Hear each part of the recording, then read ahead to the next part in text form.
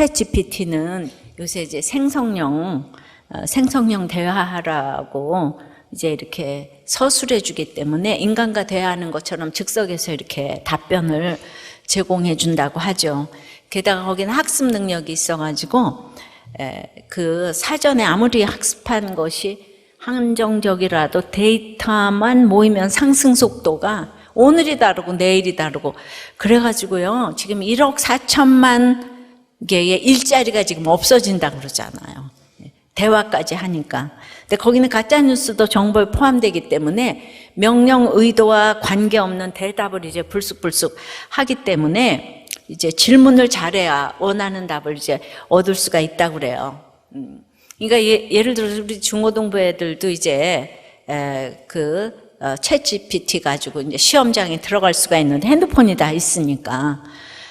근데 그거는 이제 아마 그럴 수밖에 없을 것 같아요. 우리가 인터넷에서 정보를 찾다가 지금 그거는 몇 단계를 거쳐야 되는데, 이 챗 GPT는 그냥 말만 하면 딱 정보가 오잖아요. 그런데 거기 답을 잘 받으려면 질문을 잘해야 되잖아요. 질문을. 근데 이제 서로 대화하는 이 GPT는 안녕 그랬는데 서로 대화하려고 안녕 했는데 안녕은 한국에서 인사말로 쓰는 답입니다. 이렇게 이제 정보가 나오는 거죠. 나는 자기하고 대화하려고 했는데. 그러니까 이제 질문 의도와 이렇게 다를 수 있기 때문에 AI의 그 오류를 바로잡는 그 조련사, 프롬프트 엔지니어는 막 수억의 연봉을 받아도 구하기가 어렵다고 하는 거예요. 근데 그걸 제가 읽어보면서 전부 다 이게 굉장히 또 절망적이다 싶지만은 큐티를 하는 우리들은 질문의 대가들이잖아요. 그래서 챗 GPT 시대도 잘 물을 수 있을 것 같다는 생각이 들었습니다. 근데 AI의 대부 이거를 만들어낸 힌튼 박사는 이제 구글에 사표를 냈다는 거예요. 인공지능은 핵폭탄보다도 위험해가지고 세계적인 규제가 지금 필요하다는 겁니다. 예. 그래서 진짜 이 돈이 다발로 생기는 그 자리를 내려놨어요. 여러분, 우리가 강에서 이렇게 바다로 나가려면 역사를 알아야 되고 세계 정세를 알아야 합니다. 나는 지금 비행기 타고 다 당기는 저기에 집신 신고 내가 최고다 이러면 안 돼요, 그거는. 예, 우리 그 시대의 문화를 또 이렇게 알아야 합니다. 제가 이제 팔복산에서 유다 얘기를 많이 했잖아요.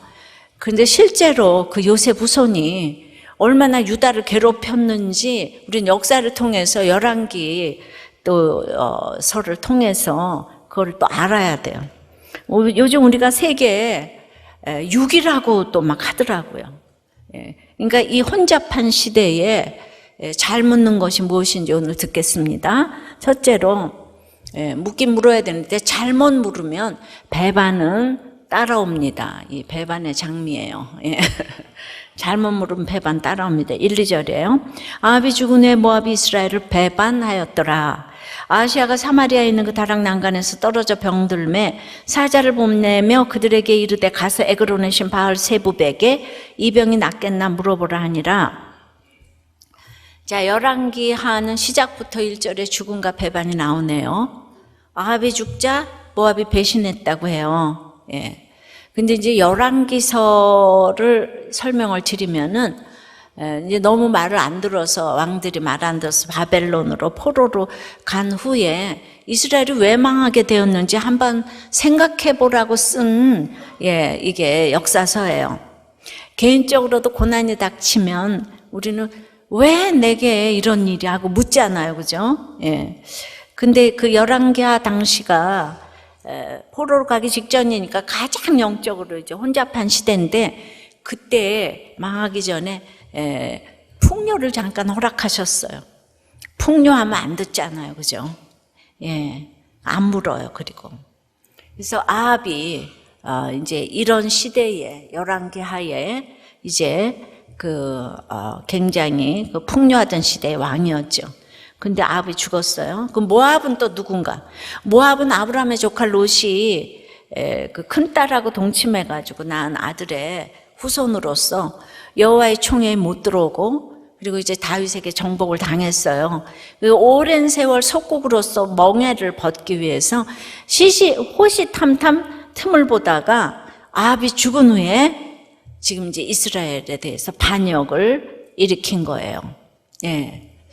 그러니까 우리가 의지하는 아합이 죽었고 무시하던 모압은 배신을 했어요. 우리의 얘기 똑같아요. 예. 의지하던 아합은 죽고 무시하던 모압은 배반을 한다. 이게 누군가, 아합은 누구고 모압은 누군가.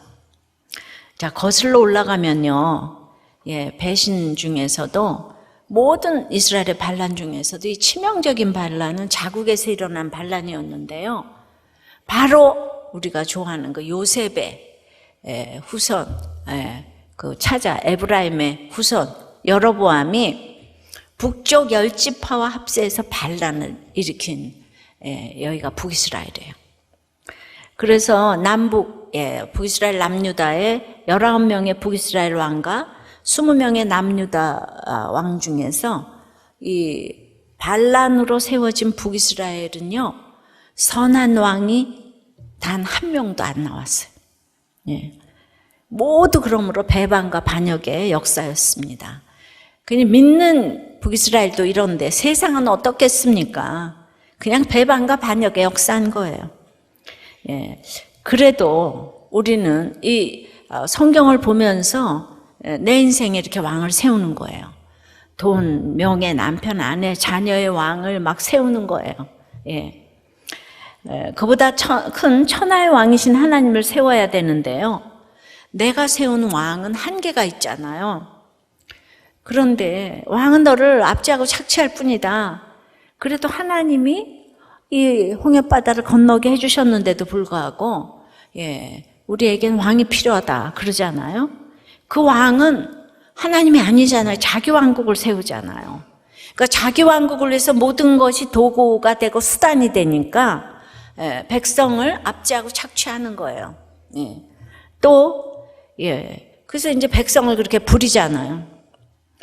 또 가정에서는 그 가정에서는 이겨야 되니까 거기서도 이제 계속 압제하고 착취하니까 가정이 불행해지고, 회사에서도 이제 모든 것이 도구가 수단이 되니까 또 이제 이겨야 되니까 불행해지고, 나라가 불행해지고, 가정이 불행해지고, 왜냐면 이겨야 되니까, 자기 왕국 세워야 되니까. 그래서 이제 그 다음부터 열왕기에서 여로보암은 우상숭배의 대표자인 악인들의 원류로 평가를 하고, 그 사람들이 나가가지고 하나님 자리에 금송아지를 갖다 놓고 이걸 하나님이라고 그러고 섬기라 그랬거든요. 그리고는 그 찌질하다고 그 유다 후손인 이 남유다를 계속 괴롭혔습니다. 그러므로 소위 죄가 없는 총리 요셉의 후손들의 이 경건을 가장한 영적 교만이 이 세상에서 가장 무서운 것이에요. 그들은 믿는 사람이잖아. 그러나 쭉 열왕기를 봐도, 역대기를 봐도 유다의 후손 다윗이 따라야 할 기준이고, 요셉의 후손 여로보암은 부정적인 평가의 기준이 되었습니다. 물론 창세기에 요셉이 등장했던 구절구절에서는 요셉에게 본받아야 될 점이 너무너무 많죠. 그러나 전체적으로 구속사적으로 볼 때는 유다라는 얘기예요. 여러분, 이거를 잘 분별해야 됩니다. 요셉을 욕하는 게 아니에요. 그러니까 이제 여기에서 아합이 누굽니까? 그 북이스라엘의 경우 오므리 왕조에서 오므리와 아합이 다스릴 때가 최고의 전성기를 이렇게 누렸어요. 시돈 왕 엣바알의 딸 이세벨과 정략 결혼을 하고, 또 남유다의 거룩한 성군인 여호사밧 왕의 아들 여호람에게 자기 딸 아달랴를 시집을 보내는 등 영육 간의 모든 정략, 결혼, 외교를 통하여서 경제적으로도 찬란하고 상하궁을 지으면서 전성기를 보냈습니다. 그러나 그의 우상숭배의 악으로 인해서 이제 아합의 그 징계를 내리려다가 아합의 아들 세대에 심판을 내리겠다고 이제 열왕기상 21장 29절에 보면은, 그래서 지금 아들 시대에 재앙이 왔어요. 그리고 모압을 통해서 심판의 도구로 사용하는 것입니다. 기억나십니까? 아유, 할렐루야, 여자들만. 그러니까 이제 그 아합이란 최악의 왕이 죽었으면 이제 그를 반면교사 삼아서 회복이 되면 얼마나 좋겠어요. 근데 빌딩 그 지하실이 끝이 아니라고 그 밑에는 지하 주차장이 있다, 이렇게 되는 거죠. 그러니까 아합의 죽음이 끝이 아니라, 악행의 끝이 아니라 악행에 대한 심판으로 내려지는 재앙의 이제 시작일 뿐이었는 거죠. 뿐이었던 거죠. 그러니까 모압을 아버지와 딸이 동침해서 나온 민족이라고 그렇게 무시했던 북이스라엘은 바로 그 모압에게 배반을 당했어요. 여러분들, 아합이 악합니까? 모압이 악합니까? 그러니까 우리는 과거를 가지고 문제 삼으면 안 돼요. 과거를 묻지 마세요, 이렇게 되는 거예요. 사실은 이렇게 보세요. 아합과 모압 중에 누가 더 악해요? 그런데 믿는 북이스라엘은 맨날 모압을 무시하는 거예요. 유다를 무시하는 거예요. 저 시아버지하고 동침한 유다 무시하고, 모압 아버지하고 동침했다고 무시하고. 네. 물론 이제 이쪽은 하나님을 잘 안 믿죠, 모압은. 근데 북이스라엘의 8번째 왕이 아하시아입니다. 근데 16장 25절부터 보면 오므리가 그 전에 모든 사람보다 더욱 악하게 행했고, 30절에는 아합이 그 이전에 모든 사람보다 여호와 보시기에 악을 더욱 악하게 행했고, 그 아들 또 아하시아는 그 아버지의 길과 어머니의 길과 이스라엘에게 범죄하게 한 느밧의 아들 여로보암의 길로 행했다고 그러죠.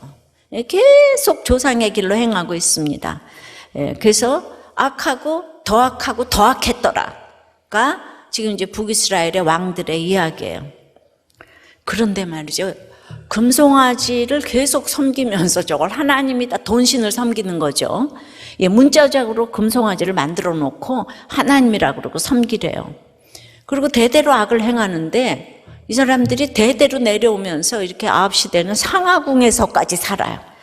죄의식도 없이 이 후손인 아하시아는 이 악한 부모들에게 효도를 하면서 악한 길을 죄의식도 없이 살아가요.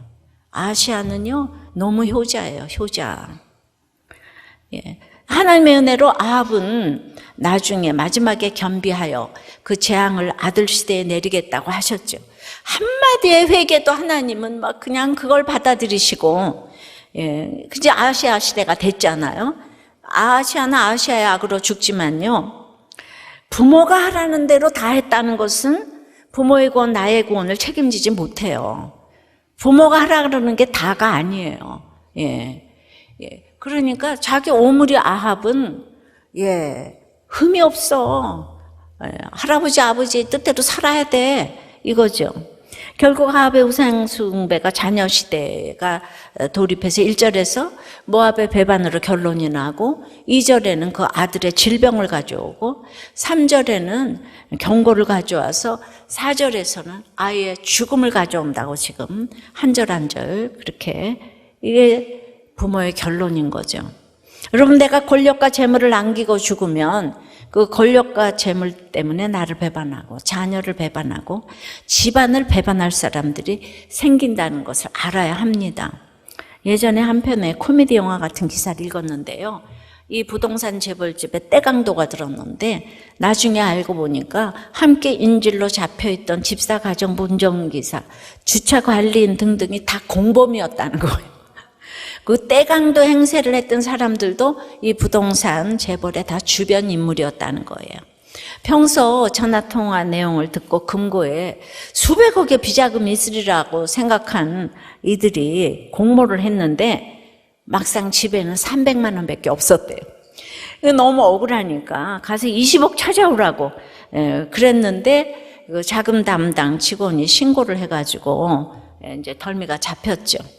어떻게 평소에 살았는지 모르지만은 그 사장은 말 그대로 적과의 동침을 하고 있었다는 거죠. 자기 편이 하나도 없었어요. 그래도 자기 편이 없어도 돈이 있으니까 배반당하는 거예요. 돈이 없으면 배반당할 일이 없어요. 근데 돈은 가졌지만 주위에 온 통나를 배반할 사람뿐이라고 생각해 보십시오. 얼마나 끔찍하고 불쌍한 인생입니까? 예, 여러분.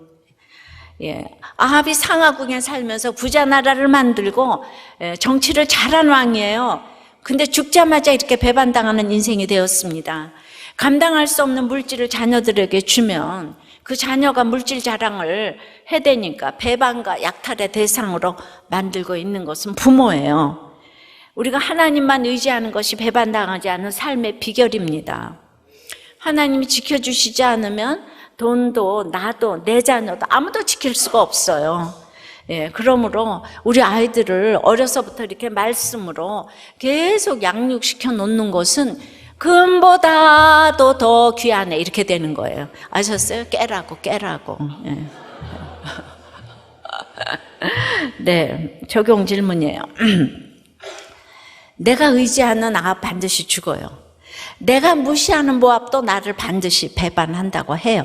예. 자, 부모로서 나는 어떤 결론을 자녀에게 남겨줄까요? 유명 메이커 값비싼 물건으로 치장한 아이들을 학교와 거리에서 배반의 대상이 되게 하지는 않습니까? 예.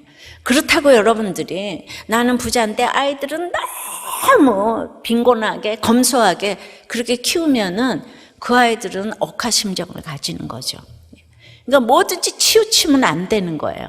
항상 그래서 말씀으로 설명을 해주면서 그렇게 밸런스드, 치우침 없는 이런 거를 이렇게 나누면서 걔가 설득이 돼야지. 무조건 너는 아끼고 살아. 이러면은 사단의 밥이 될 수가 있어요. 예. 근데 없다고 무조건 치장을 하고 있다고 무조건 아끼고 이게 다 문제가 되는 거예요. 예. 남보다는 항상 이렇게 이제 그 내공이 튼튼한 아이들을 키우려면 그래서 부모가 이타적으로 살아야 되는 거예요. 자, 잘 물으려면 그러므로 잘못 물으면 배반이 따르고 두 번째는 결과보다는 이유를 물어야 되는 거예요. 예. 그 1절의 배신의 2절, 2절 이제 다시 한번 읽어. 아시아가 사마리아에 있는 다락 난간에서 떨어져 병들며 사자를 보내오며 이르되 에그론의 바알 세부백에 병이 낫겠나 물어보라. 1절의 배신의 사건이 있자마자 그리고 아시아의 추락 사고가 이어졌다는 거예요. 아무런 손을 쓸 수가 없는 거예요. 네. 그러니까 엘리야는 이 다락에서 사르밧 여인의 죽은 아들을 살렸고 엘리사도 수넴 여인의 죽은 아들을 살렸습니다. 똑같은 다락에서 하나님을 의지하는 자는 살겠고 하나님을 배신하는 자는 죽는다는 것인데요. 아시아는 모압의 배신 이전에 본인이 하나님을 이미 배신하고 있는 거죠. 바알 세부백에 물으라고 하잖아요. 급할 때 하나님을 찾지 않습니다. 왕이 다락 난간에 왜 올라갔는지 몰라요. 아마 이랬을 거예요. 그 대단한 아버지 아합을 이어서 내가 왕이 됐구나. 그러니까 막 너무 기쁨을 만끽하려고 다락에 올라갔어요. 우리 영국 황실 보면 맨날 다락 같은 데서 손 흔들잖아. 난간에서 다 흔들죠. 거기서 이제 좋아가지고 이렇게 봤는데 한편은 또 모압이 배반했어도 아직 나는 땅이 많어. 그리고 이제 자기 도치에 지금 막 그냥 젖어가지고 흡족해하는. 그러다가는 그 자기 도치의 난간에서 반드시 떨어질 날이 이렇게 오는 거예요. 떨어지고 나면 내가 왜 저기 올라갔었지? 이게 자연스럽잖아요. 그런데 아시아에게 내린 재앙이 너무도 심각해요. 왜 떨어졌지? 이런 이유는 생각하지를 못해요. 아시아의 유일한 관심은 이 병이 낫겠나? 하나님이 인생에게 고난을 주실 때는 자, 그거를 잠시 멈추고 삶의 방향을 생각해봐라. 지금 이런 뜻이 있는데 항상 왜를 질문을 해야 되는 거예요, 우리는. 이게 살리는 질문인 거예요. 그런데 아시아는 이 죽이는 질문만 하는 거예요. 바알 세부백에 이제 물어보라고. 아시아는 왜 이거 관심 없어요. 복잡한 생각 딱 하기 싫어요. 아시아는 예전에 아버지가 어떻게 살다 어떻게 죽었는지 그렇게 우상 숭배를 하다가 개들이 피를 핥아서 다 죽었잖아요. 아까 이세벨이. 근데 아무것도 거기서 배우지 못해요. 하나님은 여로보암 때부터 선지자를 보내 부지런히 경고하셨어요. 엘리사도 보내고 엘리야도 보내고 이제 엘리사도 보내고. 그런데 누구도 심각하게 듣지 않아요. 왕이 되려고 지위와 권력을 가지려고 누리던 사람들이 그 자리에 오르니까 눈에 뵈는 게 없어요. 들리는 것도 없어요. 예. 따르는 사람, 칭찬하는 사람, 당신이 최고입니다 외쳐주는 부하들만 보이니까 자기 실체를 볼 수 없는 영적 맹인들이 되어버립니다. 이게 정말 심판이고 가장 심각한 재앙인데요. 자, 아합을 다시 생각해 보면 열왕기상 22장에 아합이 아람의 길르앗라못은 본래 우리 것이니까 유다의 그 선한 여호사밧 왕 보고 같이 치자고 하는 거예요. 그러니까 여호사밧이 우리가 하나님의 뜻을 물어봅시다 그랬더니 그쪽 아합의 가짜 선지자 400명 당연히 이깁니다. 400명이 다 이깁니다. 장담을 합니다. 근데 여호사밧은 물을 만한 선지자가 더 없냐고 이러니까 아합이 미가야라는 선지자가 있긴 있지만 그 사람은 맨날 나한테 흉한 일만 예언해서 미워한다고. 근데 그 미가야가 불려와가지고 이제 아합이 죽을 것이라고 예언을 했어요. 아합이 화가 나가지고 전쟁에서 이기고 돌아올 때까지 고생의 떡과 물을 먹이고 가두라. 여러분 이렇게 바른 말을 해주면 옥에 갇히네요. 그러니까 목장에서도 바른 말을 해주면 다 싫어해요. 근데 미가야 말대로 아합은 죽게 됩니다. 우리가 밑동이 잘린 나무인 것을 생각하면서 그 알려주는 게 얼마나 복입니까? 잠시 후에 죽는 게 사실인데 지금 이제 듣기 싫어하는데 400명의 제사장들이 모조리 폐하가 오르십니다 이러면서 다 이긴다 그러는 거예요. 400명의 제사장들, 지금으로 말하면 목사라 그래야 되나요? 예. 그러니까 자기 영혼에 내린 무서운 재앙은 생각하기도 싫고 사욕을 쫓을 선지자를 두고 날마다 내가 잘 돼 안 돼 그러면 잘 됩니다 이렇게 얘기를 해주는. 그러니까 복을 빌어 그러면 또 다 아시아의 복을 빌고 아합의 복을 빌고. 그래서 천국 가는 길을 막는 지도자들이 많습니다. 예. 그러면 기도만 받으면 뭐가 잘 될 것 같지만 이 400명이 북이스라엘에 이게 믿는 나라잖아요. 이 왕들을 위해서 맨날 축수해 주는 거예요. 자, 미가서 3장 5절에서 8절 보면 예언자라는 자들이 나의 백성을 속이고 있다. 입에 먹을 것을 물려주면 평화를 외치고 먹을 것을 주지 않으면 전쟁이 다가온다고 협박한대요. 예언자들아 너희 날이 끝났다. 이미 날이 저물었다. 예. 내 백성을 곁길로 이끌었으니 너희가 다시는 환상을 못 볼 것이고 다시는 예언을 하지 못할 것이다. 선견자들이 부끄러워하며 술객들이 수치를 당할 것이다. 하나님께서 응답하지 않으시니 그들이 얼굴을 듣지 못할 것이다. 그러나 나에게는 주님께서 주님의 영과 능력을 채워주시고 정의감과 함께 야곱에게 그의 죄를 꾸짖고 이스라엘에게 그의 범죄를 꾸짖을 용기를 주셨다. 나는 야곱의 허물과 죄를 보이리라 이러는 거죠. 예, 그러니까 고난 얘기를 하면요 교회 교인들이 50%가 줄고 죄 얘기하면 아무도 안 나온대요. 예. 그러니까 우리들 교회는 죄 얘기 안 했으면은 여기 어떻게 모래알처럼 많이 모였을까? 죄 얘기해도 요 정도로 왔으니까. 그만큼 죄 얘기를 싫어해요. 예. 그러니까 행복 인생의 목적이기 때문에 조그만 고난이 와도 참고 견디지를 못해. 그러니까 늘 조급하고 불안하고 손쉬운 해결 방법처럼 보이는 걸 늘 찾아요. 그러니까 사기당하고 사이비에 빠지고 우상에게 넘어가는 거예요. 조금이라도 힘든 거 못 참아요. 이것이 성경에 그대로 있는데 성경대로 살고 설교하는 것이 목숨을 걸고 해야 하는 일이더라고요. 근데 저는 남편 때문에 생명을 걸어봤잖아요. 근데 구원해 주셨잖아요. 그 제가 성경 읽은 대로 깨달은 대로 얘기를 했는데 근데 정말 쉽지 않은 세월을 살아왔습니다. 사건 해결에 앞서 말씀으로 해석을 해야 되는데요. 사건을 주신 이유와 목적을 생각해야 되는 거예요. 아이들도 학교에서 시험 볼 때 출제자의 의도를 정확하게 알수록 정답을 잘 맞출 수 있잖아요. 그러니까 아이들 어렸을 때부터 큐티하면서 싱크해야 돼요. 이거를 해야지 출제자의 의도를 아는 거예요. 그게 하루아침에 되는 게 아니에요. 여러분들 지금 아무리 공부를 잘해도 하나님의 말씀을 해석할 수 있는 능력이 있어야 돼요. 그거 하면 세상 책은 어떤 것도 해석이 되는 거예요. 근데 자꾸 그렇게 공부하느라고 학원 가느라고 이게 비교의 대상이 아닙니다. 예, 사건이라는 문제도 그걸 허락하신 주님의 의도와 뜻을 알아야 풀 수 있는 거잖아요. 예. 그렇게 정확하게 해석해서 풀어야 해결이 저절로 따라오는 거죠. 그런데 여러분들은 날마다 사건이 왔을 때 이 사건 끝나는 거야? 언제 끝나? 그러지 말고 왜 왔을까? 내가 생각해야 될 일은 뭐지? 내가 봐야 할 죄악은 뭐지? 이런 구속사적인 질문들하고 응답을 기대하시기 바래요. 그런데 날마다 이게 언제 끝날까? 그러니까 결과보다 이유를 생각해야 되는 거예요. 적용 질문이에요. 결과만 너무 궁금해하고 있는 일은 무엇입니까?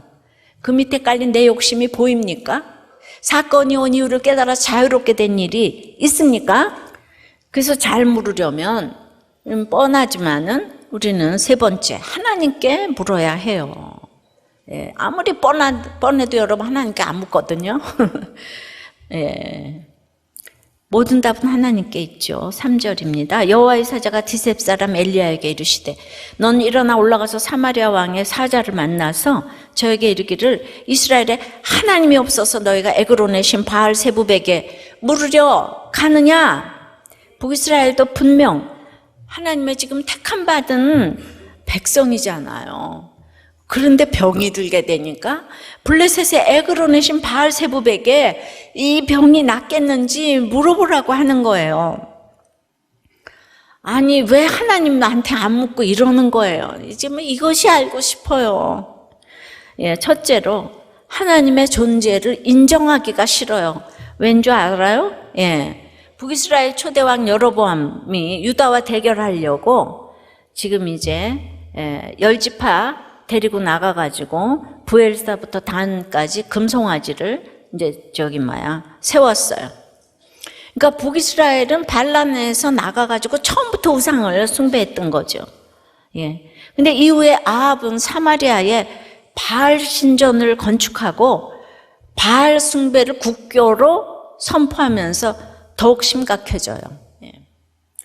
바알을 섬기던 시돈 왕 엣바알의 딸 이세벨과 불신 결혼을 했기 때문이에요. 예. 그래서 근데 반역해서 나간 순간 하나님의 성전은 그들이 인정하든 안 하든 지금 남유다 예루살렘에 있잖아요. 그게 늘 걸리는 거예요. 걸려요. 그러니까 내가 여기서 하나님께 뭘 물어보는 그 순간 자기가 유다보다 못하게 된다고 이게 이제 여기게 되는 거죠. 그래서 자신을 하나님보다 이렇게 더 높였던 그 교만이에요. 예. 그러니까 제가 이렇게 뭐라고 얘기를 하면 여러분 가운데서는 아니 저 목사가 하나님보다 더 높아? 목사가 뭐라고 나한테 이러고 저러고 얘기를 해? 이렇게 얘기를 하는 적이 많이 있죠. 하나님보다 진짜 더 높은 분은 그분이지, 그죠? 예. 그러니까 지금 이러는 거야, 아시아가. 절대로 하나님한테 안 묻는 거예요. 내가 진다는 거예요. 진다는 거예요. 나는 목자한테 안 물어. 예. 목자한테 진다는 거예요. 둘째로 아시아는 욕심을 채우려고 기복신앙을 추구했기 때문에 바알세붑에게 묻고자 했습니다. 아시아는요, 모태 바알 교인이에요. 그래서 바알에게 복을 비는 부모의 모습을 보며 자랐어요. 예. 우리로 생각하면 교회를 다니는데 돈신을 믿고 복을 비는 부모의 모습을 자란 거죠. 예, 그걸 보고. 그러니까 부모에게 보고 배운 게 사건이 올 때마다 자기가 원하는 답을 준비하고 있는 400명이나 되는 바알 선지자들을 부르는 걸 보고 자랐잖아요. 근데 그렇게 바알 섬기던 부모가 하루 사이에 비참하게 다 죽었어요. 그러니까 이제 사마리아 신전에 있는 바알이 아니라 원래 고향인 원조 에그론의 바알세붑을 지금 찾아가라는 거죠. 원조 바알세붑, 바알. 예. 바알이, 예, 이건 정말 이제 기복신앙의 그거죠. 예. 이게 기복신앙의 기본 구조고 공식인데요. 그 늘 내 욕심이 기준이에요. 그 욕심을 채워줄 만한 우상을 찾아 열심히 섬겨요. 그러다 기준에 미치지 못하면 갈아탑니다. 제사를 바꾸고 신전을 바꾸고 도시를 바꾸고 신을 바꾸고, 하지만 내 욕심에 만족이 없기 때문에 여러분들이 사명이 없으면 기쁨이 없고 만족이 없고 감사가 없어요. 그리고 맨날 환경을 바꾸는 거예요. 이런 방황이 끝이 없는 거예요. 이런 아하시아에게 하나님은 천사를 통해서 엘리야를 통해 그 에그론으로 보낸 사자들을 통해 한 가지 질문을 하는 거예요. 아니, 이스라엘에 하나님이 없어서 이 에그론이신 바알세붑에게 물으러 가느냐? 예, 까닭을 물으십니다. 지금 간접적으로 아하시아의 불신과 그 기복적 욕심 때문임을 지적하시는 거잖아요. 지금 말씀하시는 하나님이 이렇게 살아계신데 아하시아가 믿기를 거부하니까 네가 바알세붑을 찾지 않냐? 근데 하나님은요, 너무 불쌍하지 않아요? 자기가 만들어 놓은 백성이 하나님이 없다 그러고. 근데 이 세상 제사장 나라로 세운 남유다하고 북이스라엘 중에 북이스라엘이 이렇게 하나님을 멀리하고 돈신을 섬기고 우상을 섬겨대니까. 근데 계속 찾아가서 말씀하시잖아요.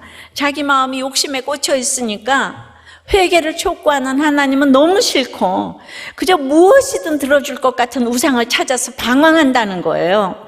아하시아가 그 잘난 부모를 두고도 너무 못 깨달으니까 엘리야를 통해 직접 합법으로 말씀을 해주시는데도 안 들어요. 여러분은 무엇이 이렇게 든든해서 하나님을 못 믿어요? 자식, 돈, 명예, 아버지, 엄마 너무 든든해요? 그래서 못 믿어요? 예. 근데 이 사자를 보내서 묻기 전에 지금 또 엘리야를 통해서 가로막았잖아요. 또 기회를 주신 거예요. 너 거기 가서 묻지 마라. 예. 징계가 목적이 아니고 돌아오라고 사랑으로 지금 가로막았어요. 근데 여러분들도 교회를 다니면서도 고작 한다는 것이 무당 찾고 점쟁이 찾아서 결혼해도 돼요? 예. 동쪽이 학교 가면 붙어요? 예. 그냥 날마다 이런 거 물으러 댕겨요. 비참하게도 에그론은 불모의 땅이라는 뜻이고요. 바알세붑은 파리의 왕이라는 뜻을 가진 에그론의 신이에요. 아마 파리 모양의 우상이거나 파리가 이 모든 질병에서 보호해준다고 믿은 우상으로 이제 추정이 되는 거예요. 쉽게 말하면 여러분, 우리가 있잖아요. 벌은, 가장 큰 벌을 여왕벌이라고 하잖아요. 근데 파리는 가장 큰 파리를 여왕파리라고 그러지 않고 뭐라 그러죠? 예, 똥파리라고 하잖아. 그러니까 지금 파리의 왕, 똥파리에게 물으러 가냐? 이 말을 하는 거예요. 이거 팩트예요. 예. 어떤 주석에도 없지만 제가 생각할 거예요. 생각하니까 너무 재밌더라고, 똥파리. 여러분 다 기억날 것 같아. 똥파리에게 물으러 댕기지 말라고. 처음 큐티를 하다 보면 사건 적용만 돼가지고 날마다 뭐 물어보래요. 그리고 결론부터 하려고 하기 때문에 이제 상담자들이 그 결혼을 해라, 하지 말아라, 병이 낫는다 안 낫는다 이런 결론만 말해주면 다들 너무 우와 영험하다. 그러니까 물으라고 하는 게 얼마나 중요한 일인지 모릅니다. 그는 부모의 악을 객관적으로 보지 못하고 하나님께서 이미 모압의 배신과 자신의 병을 통해 징벌하셨음에도 깨닫지 못하고 바알세붑의 똥파리 신에게 물어보라고 하는 거예요.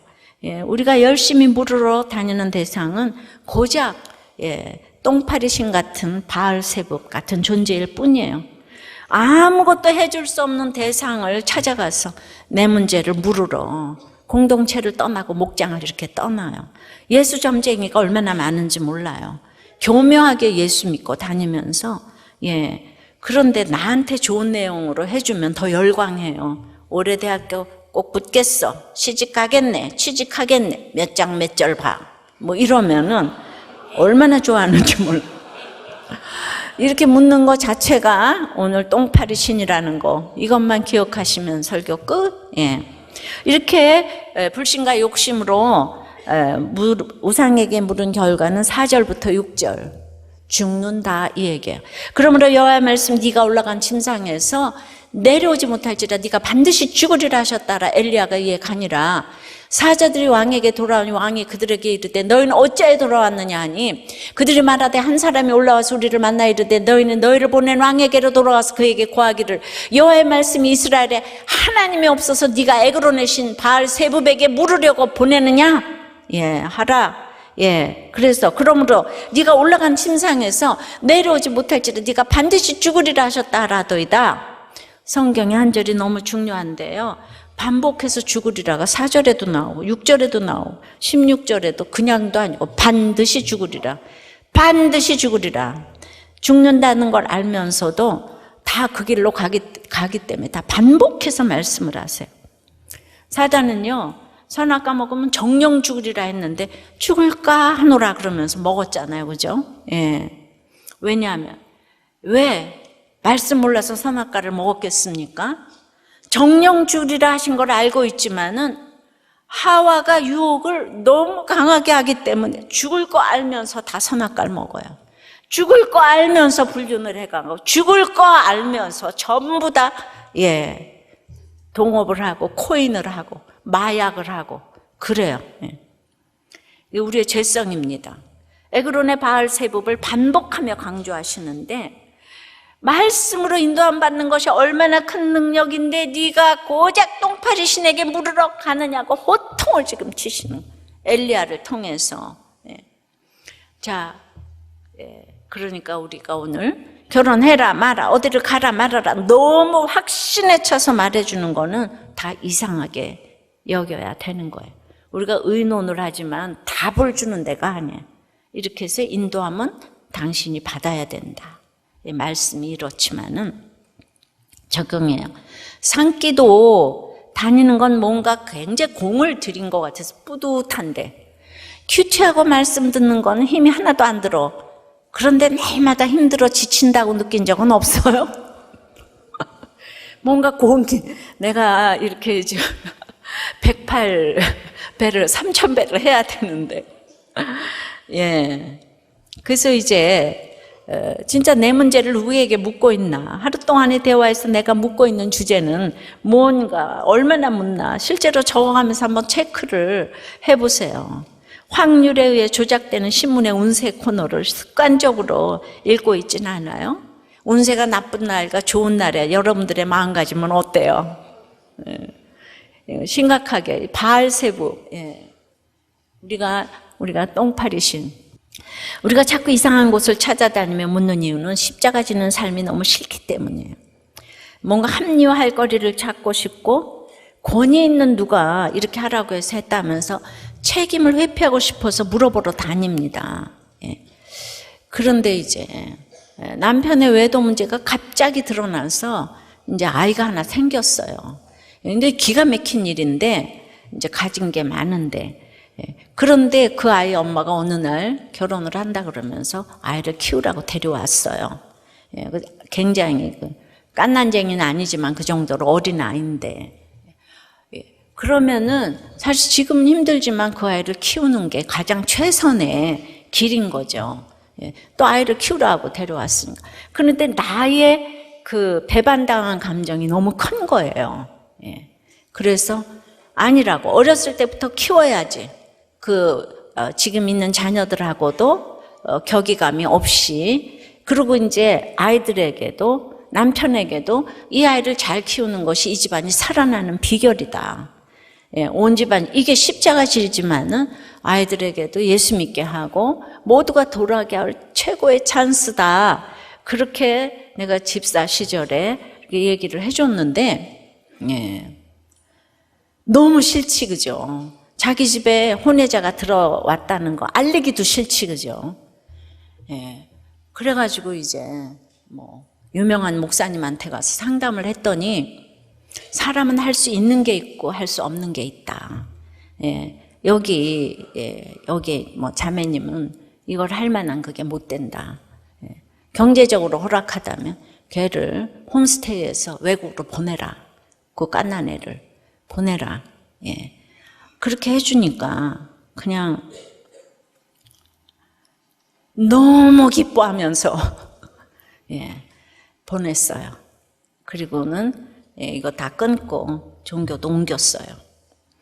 여러분, 그러니까 우리는 눈앞에서 당장 이렇게 되는 것 때문에 이렇게 유명한 사람의 그 처방을 너무 지금 이제 기뻐하면서 권위 있는 누가 얘기할 때, 뭐 상담을 공부하고 뭐, 그러니까 이게 비슷한 것 같아요.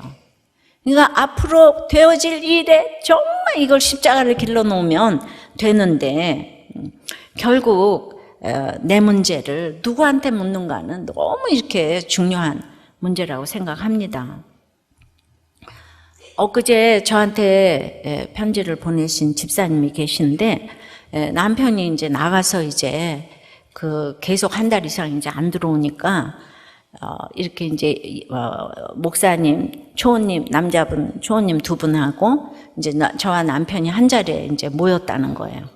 어떻게든지 남편을 돌아오게 하려고 모였는데, 이 아내는 그냥 뭐 말씀 녹취하고 뭐 맨날 성경 말씀 들으면서 그래서 하여튼 살겠다고 나갔는데, 초호님이 자리에 제대로 앉기도 전에 저에게 큰 소리를 치시고, 제가 흘리는 눈물을 보시고 눈물 뒤로 숨는 다음에 혼을 내시고, 제가 이제 공황장애 이제 발작을 가졌는데, 그래서 또 왜 시작이 어떻게 싸웠냐고, 그래서 동생 상을 당한 주에 남편과 싸웠다는 말을 하고 있는데, 또 동생의 죽음 뒤에 숨는다고 호통을 치시고, 그리고 동생의 죽음은 남편 입장에서 남의 일이라고 소리를 지르시고, 저처럼 센 여자는 센 사람이 훈련해야 한다면서 본인 목장으로 보내라고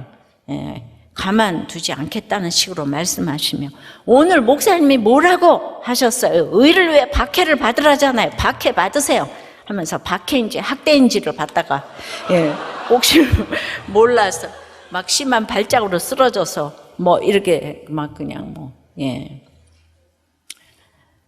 남편 이야기는 다 맞고 제 얘기는 듣지도 않으시고, 만나기 이전에도 제 얘기는 단 한 번도 듣지 않으셨고 오직 남편 편만 들으시며 저는 그 자리에서 이상한 여자가 되었습니다. 또 다른 초원님은 남편에게, 아내분에게 가스라이팅 당한 건 아니냐며 질문을 하니, 남편은 아내에게 가스라이팅 당했다며 억울해하고, 그렇게 저는 그대로 다들 아내 집사님이 죽어자야겠네요 이 소리만 듣고 남편은 초원님과 나가버렸습니다. 나중에 남편에게 들으니 초원님이 저런 여자랑 사느라고 아주 힘들었겠네 라면서 집에 절대 들어가지 말라고 하면서 욕을 했다고 합니다. 목사님, 우리들 교회는 가정 살리는 교회 아닙니까? 남편은 여전히 제가 돌아오라고 사정해도 돌아오지 않고 초원님을 등에 업고 의기양양해 하면서 제 말은 다 가스라이팅이라며 이혼을 요구합니다. 목사님, 초원님을 치료해 주십시오. 이렇게 이제 보냈어요. 그래서 제가 금세 답장을 했죠. 저도, 그러니까 이제 남편이 약하고 집사님은 너무 믿고, 그러니까 모두가 남편 편을 들어줘야 되는 게 맞는 거라고, 거기서 더 있잖아, 오버하면서 그게 이제 마땅한 거라고. 제가 있잖아요, 이번에 미국에 갔는데 정말 자매는 저를 너무 잘 알고 좋아하고, 뭐 너무나, 근데 이제 결혼 생활이 힘들다고 그랬어요. 남편을 만나본 적이 없는데 아주 직업도 좋고 그래요. 그랬는데 나를 만나러 왔다고요. 나는 이제 와이프는 청년 때부터 너무 잘 알고 그랬는데 그 이상한 남편이 올 거를 생각했는데, 거기는 이제 미국 그 서부에는 다 해변가가 쫙 있잖아요. 근데 갔는데 해변가에 제가 오기 전에 그 모래사장에 하트를 그려놓고 거기다가 김양재 써놨어요. 그 남편이요. 예. 그러지 우리도 꽤 설교도 듣고 그런데 그 남편 정말 박수 쳐줘야 되지 않아요? 그래서 보자마자 제가 너무너무 칭찬을 해주고 제 설교도 막 다 외우고 있는 거예요. 그래서 내가 뭘 잘못 들었나 지금까지. 그래서 막 칭찬을 해주고 아니 그런데 왜 그렇게 싸우는 거예요? 왜 와이프는 때렸어요? 그랬더니 지금까지 때린 적 한 번도 없다는 거예요. 이제 그렇지만 자기가 뭐 이렇게 뭐 화를 내고 이제 이런 건 잘하지만은 여러분 그런 남편이 어디 있어요? 안 그래요? 그래서 내가 이런 남편이 어딨냐 막 계속 그랬더니 아니 목사님은 왜 모르시면서 이게 아닌데 이게 계속 그래가지고 제가 이 얘기를 해줬어요. 이 나보고 틀렸다는 사람이 한둘이 아니라고. 아니 거기서 사는 게 문제지 와이프 올려주는 게 문제가 아니잖아요 지금. 이해되세요? 믿음이 연약한 사람은 계속 띄우고 그래도 둘 중에 약간 믿음이 좋은 사람은 계속 눌러주고 이래야지 중재가 되는 거 아니겠어요? 화평케 하는 자는 그렇게 하는 거예요. 알으셨어요? 그러니까 우리가 모두가 제가 이제 얘기를 했죠. 아니 우리 목사님, 초님 둘 아니 할 일 없다고 지금 이게 우리 집사님 부부 만나러 갔겠냐고 살리려고 갔죠. 예.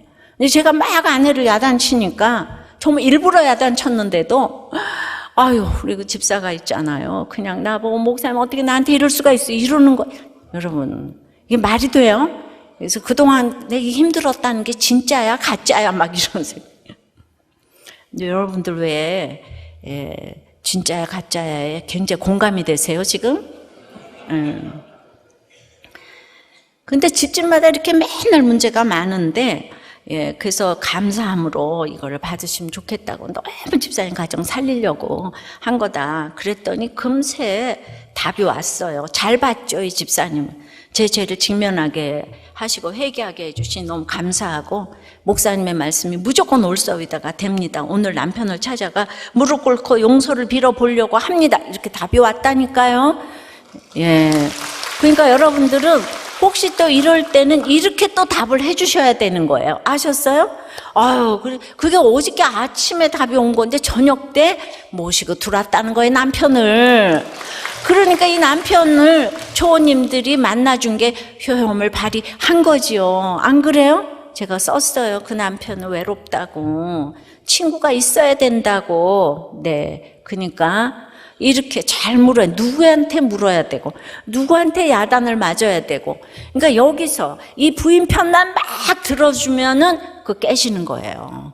깨지는 거. 그러니까 대상을 잘 찾아서 물어야 되는 거예요. 아셨어요? 되게 하는, 화평케 하는 중재자를 찾아가야지. 나만 옳다고 하는 아합의 400명, 아시아의 400명 가짜 선지자한테 찾아가면 안 되는 거예요. 아셨어요?